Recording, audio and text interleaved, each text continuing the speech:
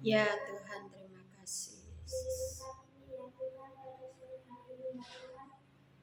Oh, Ramadhan.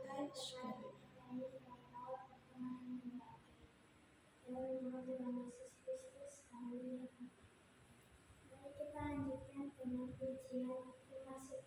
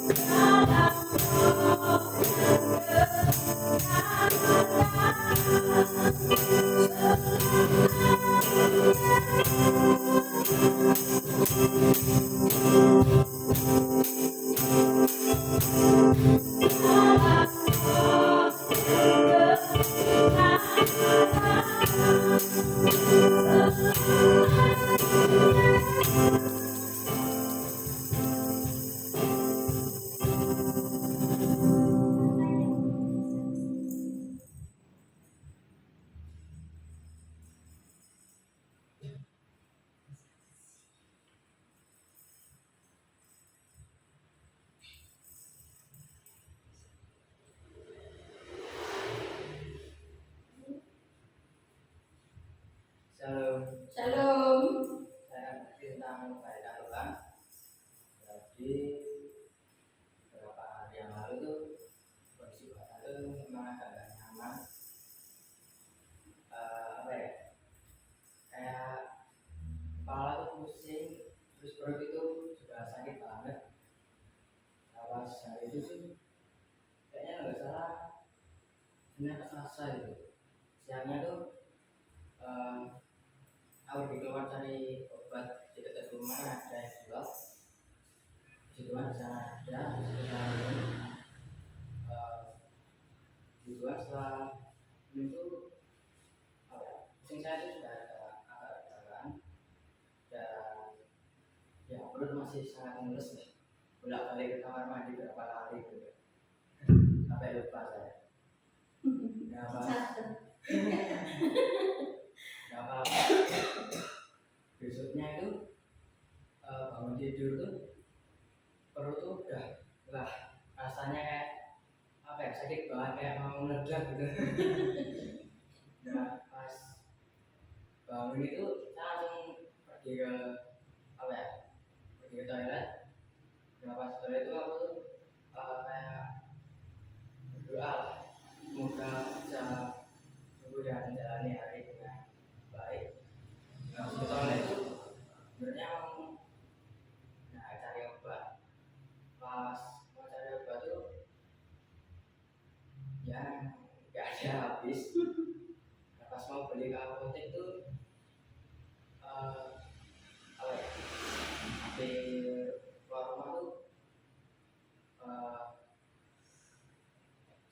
candu dan apa ya, ya biasa darah di jempol itu, jempol kaki, puji Tuhan itu enggak apa ya, jamnya itu enggak parah-parah banget, bisa apa itu ke apotek pas berobat itu ya setelah beli ya saya minum dan berdoa dan nama Yesus Kristus. Pas sorenya itu pas mau main itu puji Tuhan perut saya sudah sembuh, sudah enakan, bisa ya main. Itu saja pesan saya.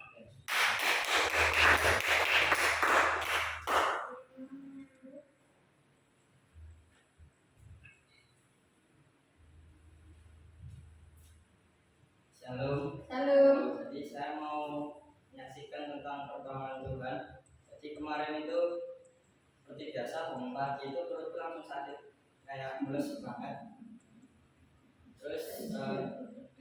Terus mau ke kamar mandi itu kamar mandinya masih dipakai buat mandi. Terus pas di situ juga aku langsung batuk di Bikin kamar mandi baru. Iya, terpaksa harus ke kamar mandi belakang. Rumah belakang. Pas sudah ke sana itu sudah selesai gitu lah. Beberapa jam itu perutku itu malah mulus lagi dan suka kentut-kentutan. Terus aku balik lagi ke kamar mandi. Pas sudah balik lagi itu rasanya udah enakan, tapi selang beberapa lama itu perutku panas banget. Terus pas itu juga aku berdoa pada Tuhan, terus sekali lagi ke kamar mandi. Puji Tuhan setelah ke kamar mandi itu terus sambil istirahat sebentar, itu udah nggak sakit perut lagi dan nggak panas lagi. Itu saja kesaksian saya.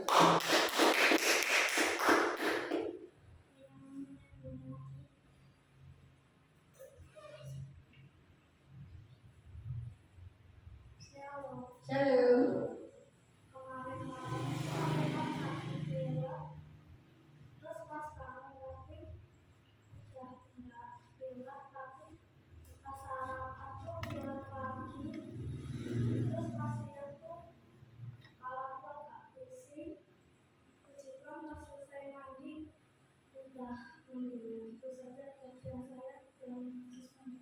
Puji Tuhan.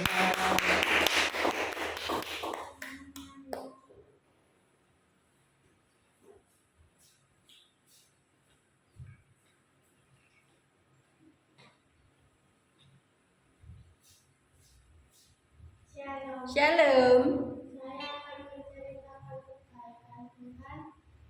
Kemarin malam itu pas makan nasi padang itu beli terus saya makan setengahnya, terus pas makan itu ada tetes dan juga enggak. Haleluya. Wah. Untung ya. Apa dulu? Shalom. Shalom. Kemarin Selasa itu pas bangun tidur sore jam setengah 6 itu suara aku tiba-tiba hilang. Terus tak coba minum air putih, belum bisa ngomong. Terus tak coba minum waktu dikasih udah itu 1 sendok pemanisan, belum bisa ngomong juga. Terus pas malamnya itu mau tidur, berdoa sebelum tidur sama berdoa biar tenggorokan itu nggak seret lagi sama bisa ngomong lagi. Terus puji Tuhan akhirnya udah bisa ngomong.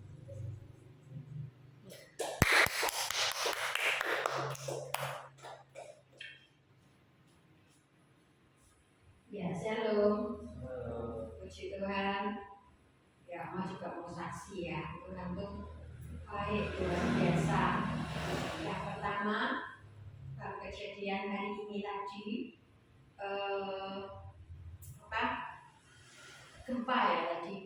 Jam, kalau nggak salah, Oma cek jamnya itu jam jam 2 kurang. Jadi jam 1:47 sekitarnya itu ya, lebih kurangnya segitu. Nah waktu itu kan Opa di bawah di kantor, mungkin lagi ngerjain apa itu, terus Oma di atas lagi persiapan habis dari latihan di sini naik ngecas apa itu baterainya, mic dan lain-lain, terus di atas siap-siap.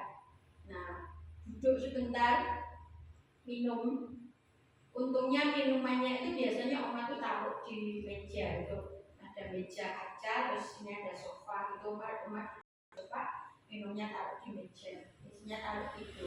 Nah tadi itu untungnya tuh nggak ditaruh, jadi gelasnya tuh dipegang gitu sambil minum. Nah sementara minum itu tiba-tiba terjadi goncangan, wah itu ya, untung sekali. Sebab apa? Kalau gelasnya itu ditaruh di meja, pasti itu sudah tumpah gitu ya.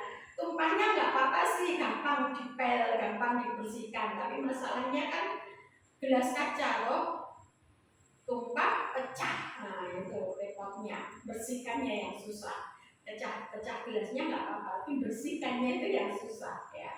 Apalagi kan waktunya udah mepet, kita mau ibadah PRBK. Tapi bersyukur sama Tuhan, ternyata Tuhan lewatkan, Tuhan lalukan ya.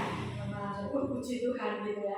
Terus keluar ke depan sambil masih megang gelas itu, keluar ke depan lihat orang di depan. Ternyata yang di depan pada nggak ngerasa kalau ada gempa. Ini juga ditanya, datang nggak tahu kalau ada gempa. Nggak tahu ya, apalagi yang di pojok itu kata bangun meneh, opong ini. Ya, itulah Tuhan itu baik. Yang kedua, Mama bersyukur banget sama Tuhan ya, sampai hari ini pembangunan di Norobayan itu masih bisa berjalan. Secara manusia itu sudah tidak masuk hitungan, jadi sudah tidak tercover dana yang dipersiapkan itu. Tapi puji Tuhan masih bisa berjalan sampai hari ini. Itu semua karena anugerah Tuhan ya. Dan kapan itu Opa sudah sempat ngomong gini, ya udah lo kalau udah tidak ada dana suruh mandek lo gitu. Oma cuma bilang gak apa-apa, masih bisa, wis pokoknya dalam nama Yesus. Dan puji Tuhan masih berjalan sampai hari ini. Dan Oma percaya sampai waktu nanti batas yang Tuhan tentukan baru kita berhenti. Tapi selama masih Tuhan sediakan, masih Tuhan beri jalan keluar, kita mulai terus. Nah puji Tuhan itu semua karena kasih Tuhan, kebaikan Tuhan, anugerah Tuhan, dan pertolongan Tuhan dalam setiap kehidupan kita. Puji Tuhan, Tuhan memberkati.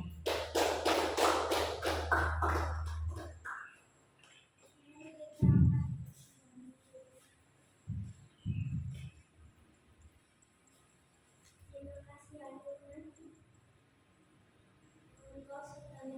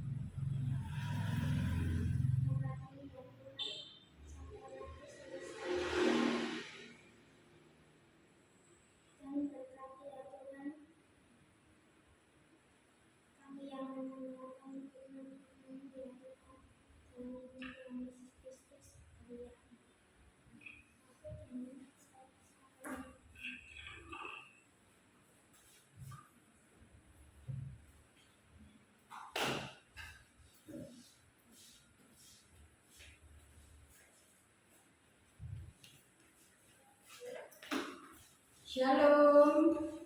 Shalom. Kok suaranya pelan banget?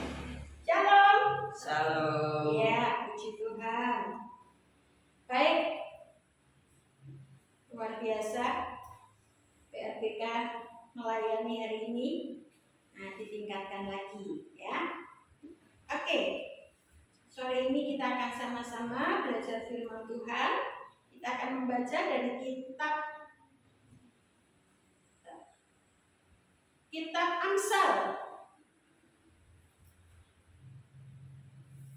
Amsal pasal yang ke-15. Kitab Amsal pasal 15. Siapa yang pernah baca ayat ini? Ada yang pernah baca? Ya, kita seling dulu ya. Hari ini Oma nggak bicara tentang menyimpan dulu, biar ada variasi. Ya, nanti kalian sudah, aduh ini lagi Oma, nanti ditegur lagi nih. Siapa yang masih nyimpan perpuluhan belum dibaliknya yuk. Gak usah ngacung. Gak boleh ya, gak boleh disimpan ya, kembalikan ya. Intermezzo sedikit. Kita lihat Amsal hari ini. Amsal 15 ayatnya 1 sampai 5. Sudah ketemu? Nah, pas orangnya 5. Jadi satu orang baca satu ayat. Mulai dari Darius ayat 1, Jonathan 2, kemudian Greta 3, 4 Alia, 5 Angel. Ya, silakan. Amsal 15 ayat 1. Jawaban yang lemah lembut meredakan kegeraman, tetapi perkataan yang pedas membangkitkan marah. Lidah orang bijak mengeluarkan pengetahuan, tetapi mulut orang bebal mencurahkan kebodohan. Maka Tuhan akan di segala tempat mengawasi orang jahat dan orang baik. Lidah lembut adalah papan kehidupan, tetapi lidah Tuhan orang bodoh menolak pemberitahuan ini, sedangkan meninggalkan teguran adalah bijak. Amin, puji Tuhan ya. Siapa yang sudah pernah membaca ayat ini sebelum hari ini? Ada? Ayo, maju. Ada? Belum pernah? Ya ampun, Alkitabnya mau apaan gitu. Ya, Mama udah bilang ya, mulai belajar membaca Alkitab dari Kejadian sampai Wahyu. Tapi lakukanlah itu jangan karena sebuah kewajiban, karena satu perintah ya. Tapi kerjakanlah itu karena kita mencintai Tuhan, kita mencintai firman-Nya ya. Dan firman Tuhan adalah surat cintanya Tuhan. Bentar ya, Om harus cari angin ini, sudah basah kuyup ini. Anginnya jelek di sini. Haleluya. Oke, semoga enak. Nah, baik. Hari ini kita akan belajar tentang jangan berkata kasar kepada sesamamu. Yuk, pernah nggak kalian ngomong kasar sama teman? Sama teman, apalagi teman kan sejajar, gak apa-apa dong. Jangankan teman, sama orang tua aja berani. Ayo, siapa yang berani seperti itu? Semoga tidak ada di sini. Tapi jangan tidak ada yang ngaku, ya. Kalau tidak ada yang ngaku itu beda lagi. Ya. Nah, jangan berkata kasar kepada sesamamu. Kenapa? Karena perkataan yang kasar itu akan membuat sebuah persoalan. Ya, ada kata-kata apa ya? Seringkali mungkin kalian pernah dengar ya, mulutmu adalah harimau. Tahu harimau toh? Harimau makannya daging. Kalau nggak nemu daging, ya makan yang di depannya. Kalau yang kita di depannya, ya kita. Nah, artinya apa? Mulut kita, perkataan kita itu bisa memangsa diri kita sendiri. Persoalan yang sebenarnya kecil, persoalan yang sebenarnya nggak ada artinya apa-apa, tetapi karena kita mengungkapkannya dengan kasar, kita mengungkapkannya dengan marah, lalu orang yang mendengar itu menjadi tersinggung. Orang yang mendengar itu merasa tidak dihargai. Orang yang mendengar juga merasa diperlakukan dengan sangat tidak sopan. Sehingga akhirnya persoalan yang sebenarnya kecil menjadi persoalan yang besar. Nah, hari-hari ini kalau kita melihat, mungkin kalian lihat di TV atau lihat di medsos dan sebagainya, ada banyak orang yang senang melontarkan kata-kata yang kasar, makian, ujaran-ujaran kebencian, bahkan dalam tanda petik orang yang berpendidikan tinggi, mahasiswa. Mahasiswa itu kan hanya siswa loh, berarti siswa di atas siswa, itu mahasiswa. Tapi kerjaannya apa? Kerjaannya menghujat pemerintah. Kerjaannya apa? Kerjaannya mencari kesalahan pejabat. Kerjaannya apa? Oke, mungkin pemerintah nggak sempurna. Siapa sih yang sempurna di dunia ini? Tapi pemerintah yang nggak sempurna, apakah kita bisa melakukan yang sudah dilakukan oleh pemerintah? Belum tentu kita bisa melakukannya. Termasuk si mahasiswa ini yang ngomong memaki-maki presiden, memaki-maki pejabat negara. Apakah mereka bisa melakukan yang sudah dilakukan oleh presiden, yang dilakukan oleh pejabat? Belum tentu. Mungkin presiden kita memang juga nggak sempurna. Tentu tidak ada manusia yang sempurna di dunia ini. Tetapi apakah kita punya hak untuk memaki mereka? Untuk tidak menghormati mereka? Kita di dalam Tuhan diajarkan untuk menghormati pemerintah. Ya, kalau ke pemerintah kita nggak pas, ya kita doakan. Kalau bisa memberi masukan, kita berikan masukan dengan cara yang baik.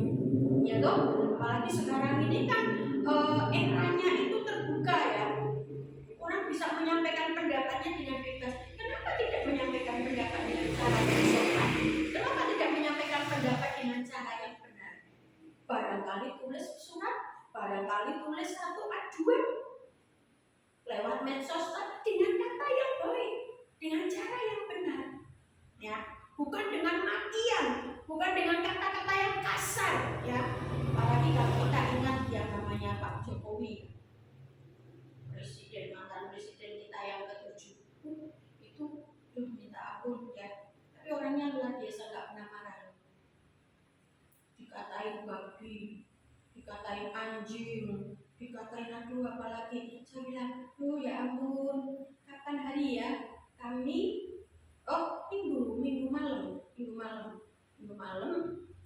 siang sore itu Oma, Opa sama Gamaliel, anaknya Kak Afin sama kakaknya, kita pergi dari Manahan, terus pergi ke Pakuwon.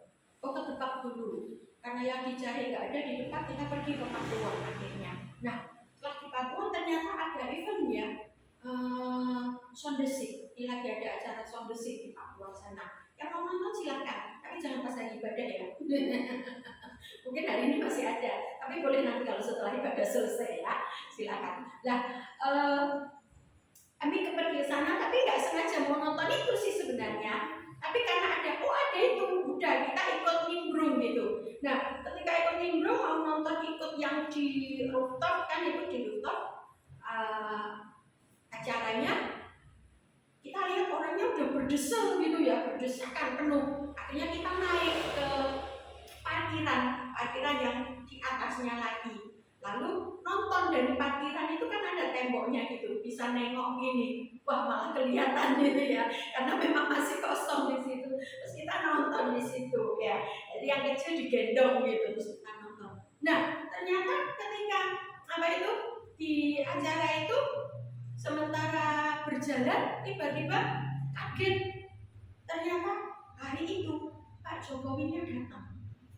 Nah hari itu pas hari ulang tahunnya beliau ya, tanggal 21 ya, akhirnya ramelah acara di situ. Nah, apa yang Oma lihat di sini? Dari sekian banyak orang yang membenci beliau, dari sekian banyak orang yang mengatakan yang tidak baik tentang beliau, Oma lihat ini orang luar biasa. Ya, nggak pernah keluar kata-kata yang jahat, nggak pernah keluar kata-kata yang kotor, dan bahkan yang Oma saksikan hari itu di sana, masih lebih banyak orang yang cinta dan sayang, hormat kepada beliau. Ya, jadi begitu beliaunya muncul, wah langsung itu anak-anak, wah teriak, ini bacaan.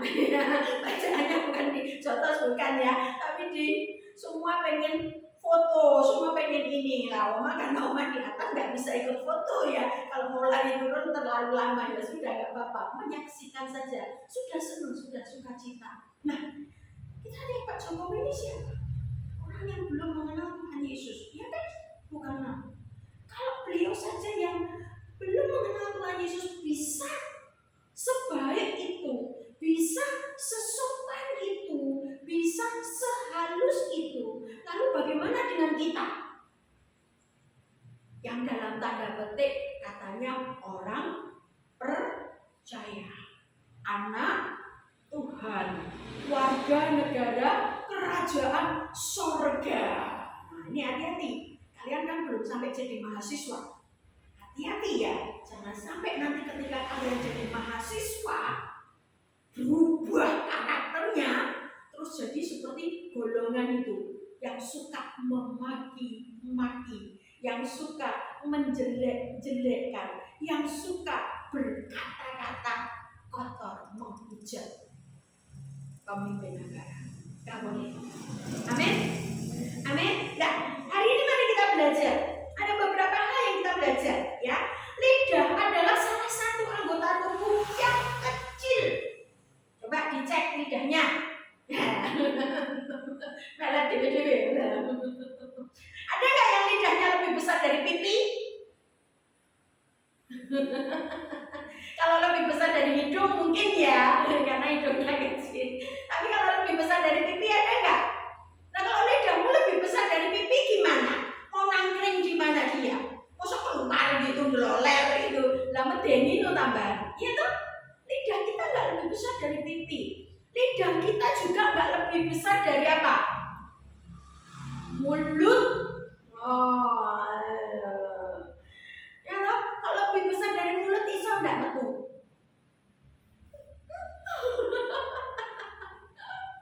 Ya, kecil. Jadi lidah itu kecil. Tapi bayangin, lidah yang kecil ini itu bisa menggemakan perkara-perkara yang besar. Coba cek. Lidahmu jangan boleh bergerak. Lalu sekarang ngomong, aku cinta Yesus, tapi lidahnya nggak boleh bergerak. Coba 1, 2, 3. Aku cinta Yesus. Bisa keluar kata-katanya? Nggak bisa. Aku cinta Rasa, ya. Jadi kalau lidahmu nggak bergerak, kamu nggak bisa berkata-kata, ya. Lidah kita ini memang kecil, ya. Jadi nggak gede lidahnya, nggak perlu minta lidah yang besar. Tuhan, minta lidah yang gede Tuhan, biar kata-kataku bagus. Enggak, malah reso ngomong nanti yang kegedean. Gedean kilat gitu ya. Enggak, ya. Tetap aja lidah kita kecil nggak apa-apa. Meskipun begitu, lidah ini tidak kalah pentingnya dengan anggota tubuh yang lain. Jadi lidah ini sangat penting. Nggak kalah penting dari tangan, nggak kalah penting dari mata, nggak kalah penting dari telinga. Punya telinga yang tajam, punya mata yang jeli, tapi lidahnya nggak bergerak atau lidahnya buntung. Piye? Rasa ngomong.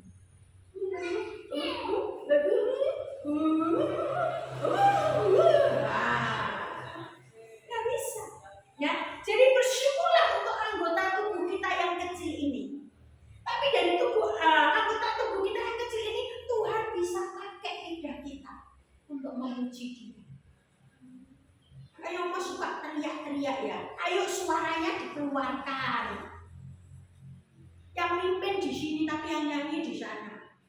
Yang mimpin di sini suaranya orang kelumung. Tadi lumayan rotok banter. Neng yo belum cetok. Tahu belum cetok. Belum jelas. Yang musik sok-sok sadar melu bantu. Tapi saya maklum kalau yang musik sok-sok grogi juga karena ngematin musiknya, ya enggak? Nah, bersyukur loh saudara punya oma. Oma bisa main musik, bisa nyanyi. Ingat waktu Oma tidak bisa nyanyi, suaranya hilang. Sendiri kecondalan kabeh. Musiknya wis mlebu sing BL sik plong-plong. Ngene iso nyanyi diteni ya. Tapi kita semua harus belajar kan. Dan ini nek Oma ada, nek Oma tidak ada gitu. Ya. Nah, ayo kita semua belajar. Pakai lidah kita ini untuk memuliakan Tuhan, untuk memuji nama Tuhan. Nah, dalam Amsal tadi dikatakan, Oma baca dengan terjemahan bahasa Indonesia masa kini ya, itu lebih disederhanakan. Begini bunyinya ayat 1. Dengan jawaban yang ramah, kemarahan menjadi reda. Jawaban yang pedas membangkitkan amarah. Tadi yang terjemahan baru, yang bahasa standar, di situ dikatakan apa? Jawaban yang lemah, lembut, meredakan amarah, meredakan kemarahan. Ya, sama. Jadi ketika kita menjawab dengan baik, menjawab dengan ramah, berkata-kata dengan baik, berkata-kata dengan ramah, itu bahkan ketika orang itu sebenarnya sudah marah, tapi kita nggak jawabnya dengan marah, kita jawabnya dengan oh iya Bu, maaf ya, oh iya Pak, maaf ya. Pasti orang itu akan apa? Turun voltasenya. Seneni kok malah ngono enggak, sangat nesuisen dhewe. Nah, ini stasi don nesu. Oh ini loh, maksudku tuh gini. Nah, beda orang. Oh, oh iya Bu, maaf. Oh iya Pak, maaf. Bu marah, tapi kamu jangan balas omongan kalau wah, tambah nesu nih ya. Tapi ketika kita lagi marah emosi. Pak, maaf ya, tadi saya terlambat. Nah kenapa? Pasti berubah, nanti jawabnya pasti berubah. Tapi kalau kamu dimarahi malah bagus kamu, wah besok enak hukuman ya. Ya, jadi perkataan itu penting. Amin. Dengan ramah, dengan lemah lembut. Ya. Allah juga berkata, kata-kata orang bijak membuat pengetahuan menarik hati. Coba baca lagi ayat 2. Ya, coba. Lidah orang bijak mengeluarkan pengetahuan, tetapi mulut orang bebal mencurahkan kebodohan. Ya. Orang bijak mengeluarkan pengetahuan, tapi orang bebal ya. Apa yang lahir dari kehidupan orang bebal? Apa kata-kata yang keluar dari mulut orang bebal? Kebodohan. Oleh sebab itu, bebal atau bijak hidup kita bisa dilihat dari cara kita berkata.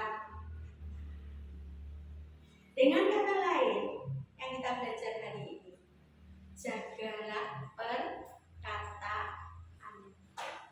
Jangan sampai dengan perkataan kita orang menilai kita, goblok ini. Ya ini ya, bukan berarti kita takut dibodohin orang, bukan, tapi artinya karena kita menunjukkan kebodohan kita. Ya kan? Ambil contoh, ketika lihat sesuatu gitu ya, ya hari-hari ini ya yang sudah terjadi yang Oma cerita di depan ibu saja, ketika mahasiswa-mahasiswa ini mengkritik pemerintah dengan kasar, dengan kata-kata. Apakah itu menunjukkan mereka orang pandai? Apakah itu menunjukkan mereka lebih hebat? Tidak. Justru itu bukti mereka bodoh. Mereka nggak tahu apa. Kalau orang pandai, ketika ada persoalan, maka persoalan itu akan didiskusikan. Ya, didiskusikan artinya apa? Duduk bersama, menyampaikan usulan yang benar melalui sebuah dialog. Tahu dialog? Dialog itu apa? percakapan timbal balik, tanya jawab. Nah, ini kenapa kok seperti ini? Kenapa kok listriknya mati-mati ya? Oh, masalahnya di sini. Nah, ini bagaimana kalau kita cari jalan keluarnya? Itu cara orang bijak. Tapi kalau cuma hanya bisa pemerintah goblok, pemerintah tidak bisa bekerja, lengserkan, turunkan. Lah, nek lengser turun apa kowe arep genti? Kon genti kok malah bubrah kabeh ya. Nah, itu menunjukkan sebuah kebodohan. Nah, kita sebagai orang-orang muda ya, jangan ikut-ikutan kepada arus dunia yang sedang kacau balau hari-hari ini. Apalagi kalau kita yang anak Tuhan tahu firman Tuhan, hari-hari yang sedang terjadi perang di ujung sana, terus kita ikut-ikutan mengecam, mengutuk, apalagi mengucapkan kata-kata hujat kepada bangsa pilihan Tuhan. Awas dulu, hati-hati ya, jangan sampai nanti kita justru salah di hadapan Tuhan. Kita doakan saja yang terbaik. Yang jelas tanda-tanda zaman pasti akan tetap terjadi. Ya, soal perang dan sebagainya itu sudah semua ada kok, dicatat kok dalam firman Tuhan. Kita nggak bisa menghindar, kalau sudah waktunya pasti terjadi. Tapi kita berdoa supaya semuanya berjalan sesuai maksud dan rencana Tuhan. Kalau bisa dicari jalan keluar, cari jalan keluarnya. Tapi kalau memang sudah waktunya, ya sudah. Kita minta perlindungan Tuhan, kita minta pertolongan Tuhan, kita minta hikmat harus seperti apa yang kita lakukan. Ya. Tapi yang jelas yang pertama, jaga perkataan kita. Jangan sampai berkata-kata yang kasar, berkata-kata yang salah, yang akhirnya kita salah di hadapan Tuhan. Yang kedua, mari kita lihat ayat yang ketiga. Kalau dibaca dalam terjemahan yang baru, Greta? Mata Tuhan akan di segala tempat mengawasi orang jahat dan orang baik. Iya, mata Tuhan ada di segala tempat. Kalau dalam terjemahan bahasa Indonesia masa kini berkata begini, Tuhan melihat semua yang terjadi di segala tempat. Jadi bukan mata Tuhan ada di mana-mana, terus sana mata Tuhan meleceh, mata Tuhan meleceh. Wah, mata Tuhan banyak ya, enggak begitu ya. Tapi katanya Tuhan melihat semua yang terjadi di segala tempat. Jadi dari tempatnya yang tinggi, juga dari dalam hati kita, di dalam hidup kita, Dia melihat segala sesuatu yang terjadi. Entah itu yang kelihatan di mata kita, entah itu juga yang tersembunyi dari hadapan kita. Tuhan melihat, Tuhan menyaksikan semua itu. Amin. Nah, selanjutnya Ia memperhatikan semua yang baik dan yang jahat.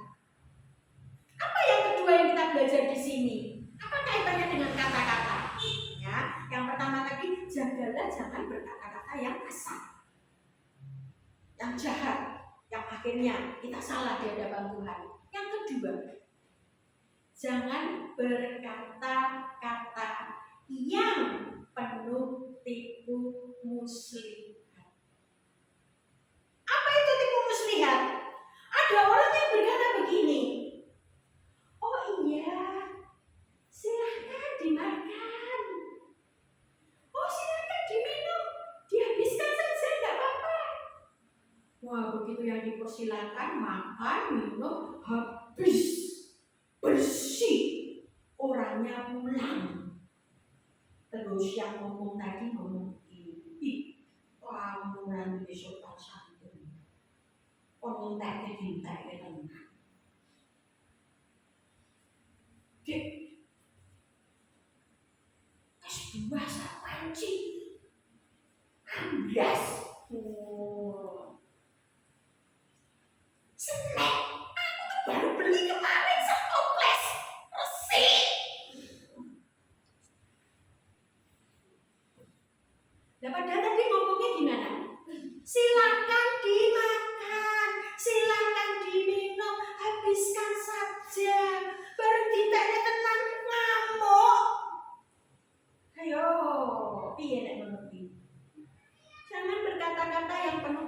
muslihat atau tidak jujur. Kata-katanya halus, kata-katanya bagus, kata-katanya menarik, lemah lembut, mulai sampai ya, sampai lebih. Tapi dalam hatinya, wah jelas senang. Ayo,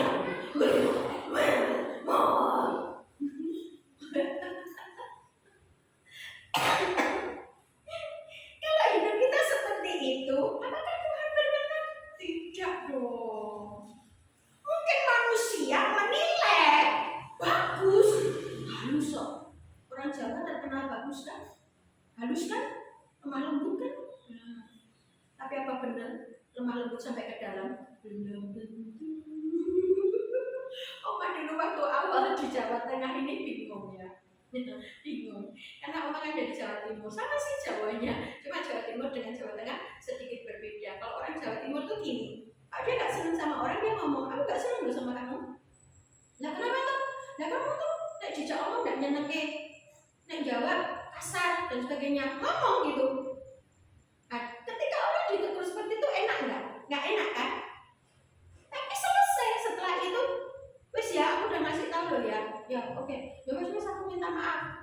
Udah selesai. Besok lagi ketemu sudah baik kan? Kenapa? Karena sudah selesai. Jawa Tengah beda. Kamu jangan begitu sama orang kata. Aku udah seneng sama kamu. Udah seneng semua. Aduh. Habis ini gak boleh begitu. Aku ya ngomongin ini. Gak apa-apa. Ya apa pengen loh. Tapi gak apa-apa gitu dalam hati. Nah ceritanya gini.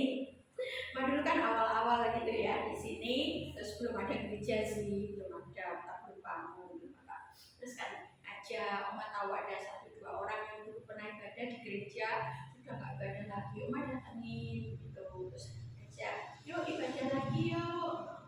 Terus Oma baru belajar bahasa Jawa juga sih waktu itu, terus mereka jawabnya, nggih.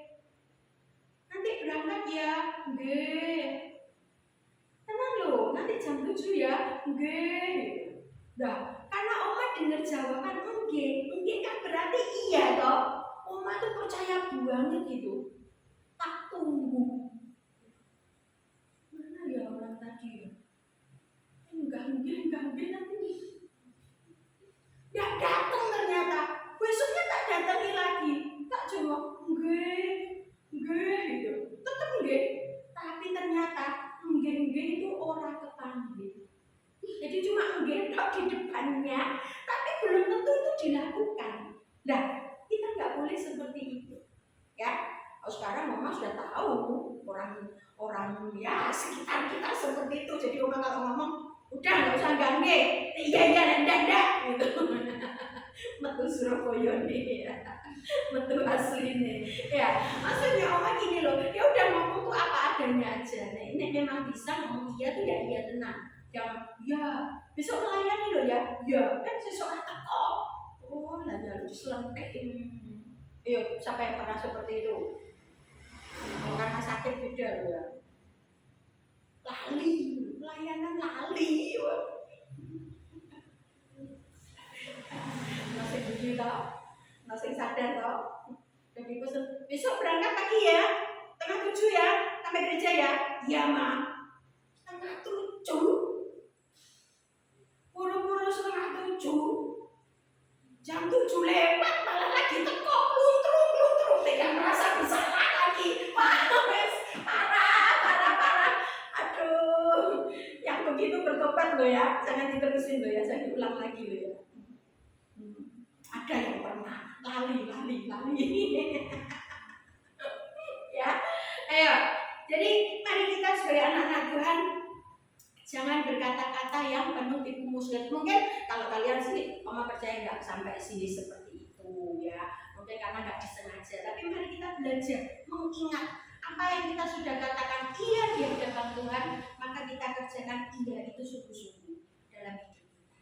Amin. Ketika iya Tuhan aku mau melayani, ya kita melayani sungguh-sungguh. Iya Tuhan, aku mau taat persepuluhan. Ya